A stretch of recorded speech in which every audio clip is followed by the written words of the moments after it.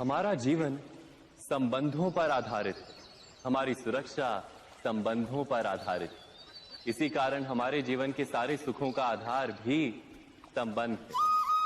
किंतु फिर भी हमें संबंधों में ही अधिकतर दुख क्यों प्राप्त होते हैं? सदा ही संघर्ष भी संबंधों से ही उत्पन्न क्यों हो जाते हैं? कभी विचार किया है? जब कोई व्यक्ति किसी अन्य व्यक्ति के विचार अथवा कार्य को स्वीकार नहीं करता, उसमें परिवर्तन करने का प्रयत्न करता है, तो संघर्ष जन्म लेता है।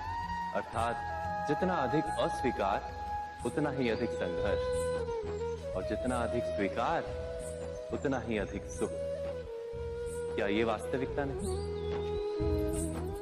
यदि मनुष्य स्वयं अपनी अपेक्षाओं पर अंकुश रखे, अपने विचारों को परखे, किसी अन्य व्यक्ति में परिवर्तन करने का प्रयत्न ना कर स्वयं अपने भीतर परिवर्तन करने का प्रयास करे, तो क्या संबंधों में संतोष प्राप्त करना इतना कठिन? अर्थात क्या स्वीकार ही संबंध का वास्तविक अर्थ नहीं?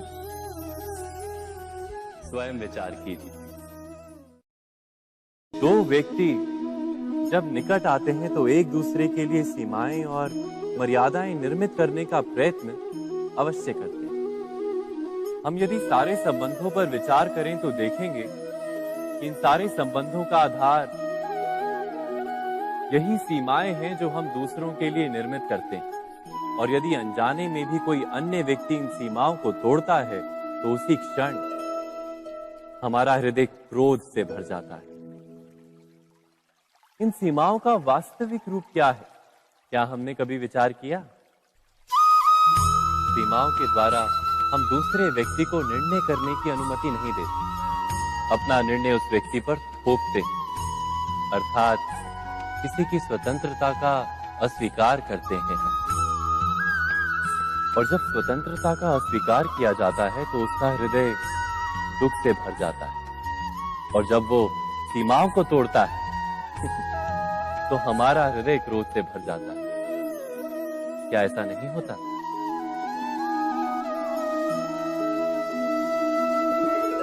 पर यदि एक दूसरे की स्वतंत्रता का सम्मान किया जाए तो किसी मर्यादाओं या सीमाओं की आवश्यकता ही नहीं होती।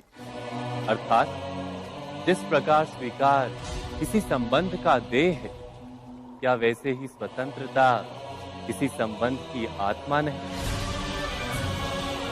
स्वयं विचार कीजिए।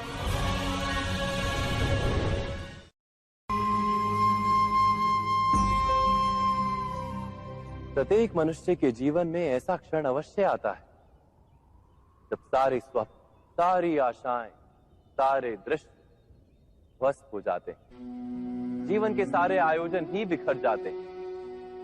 एक और धर्म होता है और दूसरी ओर सुख। इसी को धर्म संकट कहते हैं। जब धर्म का वहन ही संकट हो और धर्म का त्याग ही सुख हो।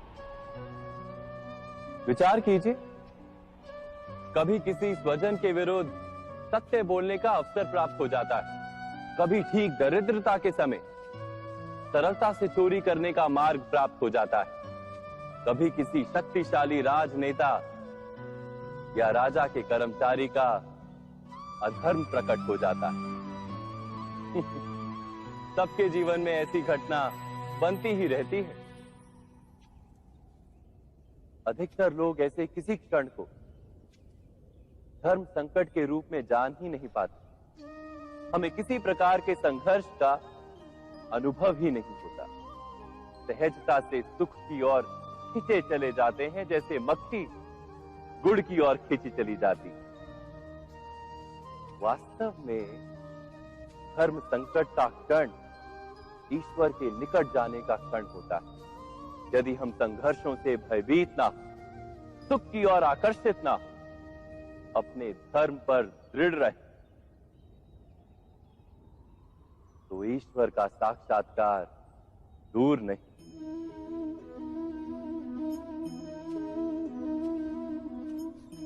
पवन से युद्ध करने वाला पत्ता यदि पेड़ से गिरता है तो भी आकाश की ओर उठता है। पवन से झुकने वाली घास वही भूमि पर रह जाती। अर्थात धर्म संकट से यदि हम संकट को ही टाल दें तो सुख तो मिलता है, जीवन बढ़ता है, किंतु क्या चरित्र नहीं टूटता? क्या आत्मा दरिद्र नहीं हो जाती? क्या ईश्वर से अंतर नहीं हो जाता? स्वयं विचार कीजिए।